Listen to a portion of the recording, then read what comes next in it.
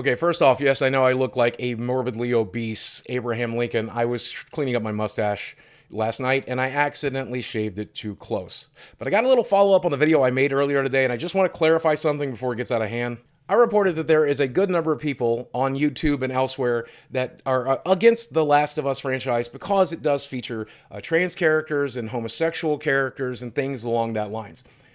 To report on that is not to necessarily agree with that. In fact, I do not agree with that. I think it's a silly reason to not play a video game if it has a female character and you're male, or a homosexual character and you happen to be straight. I think it's a dumb reason to not want to play a video game, and anybody who does that is being kind of silly.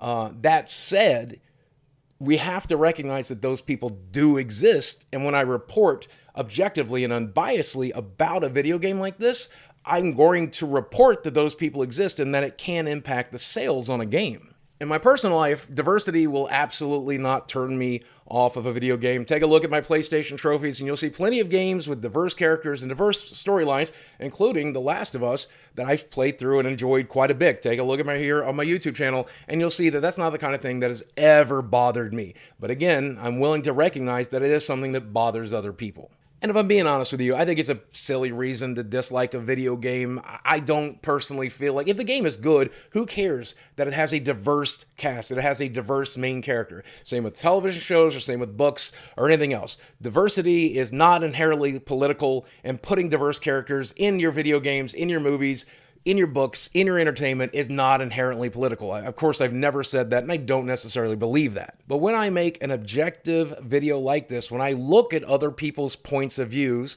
I'm going to recognize that those points of views exist. I'm going to recognize that that can result in ire on the internet, ire about your company, ire about your franchise, and ultimately result in lower sales because of that ire. I think it's important to talk about that, even if I don't agree with it, and I absolutely do not. In my personal life, I roll my eyes when I hear something like, "Get woke, go broke." I think that's just one of the dumbest things you can say. I do know that there's plenty of people who don't like woke entertainment, and I will recognize that, but I'm not one of those people, and I think there's plenty of consumers out there who feel the same way as me, that I'm still willing to play a video game no matter how woke it is, as long as it's good. I just want it to be good. Is that wrong? I wanted to have good gameplay. I wanted to have good writing. And then you can do whatever you want to outside of those things. So don't take this as fence sitting. It's absolutely not. I think it's a silly way to feel, and I think it's a silly reason to hate a video game. I'm absolutely condemning that kind of silliness. But it doesn't mean that I'm not willing to objectively report on it when I make an objective video. Maybe we just live in a world where we're not supposed to be objective anymore, and we have to pick a side, and we have to fight wholeheartedly and dig into that side. And I guess people took me just reporting on that as being that. Couldn't be further from the truth, though. I know there's a lot of misconceptions out there about me. I genuinely cannot understand how homophobia could be one of them. Thanks for watching. I love you very much, and I'll speak with you again soon.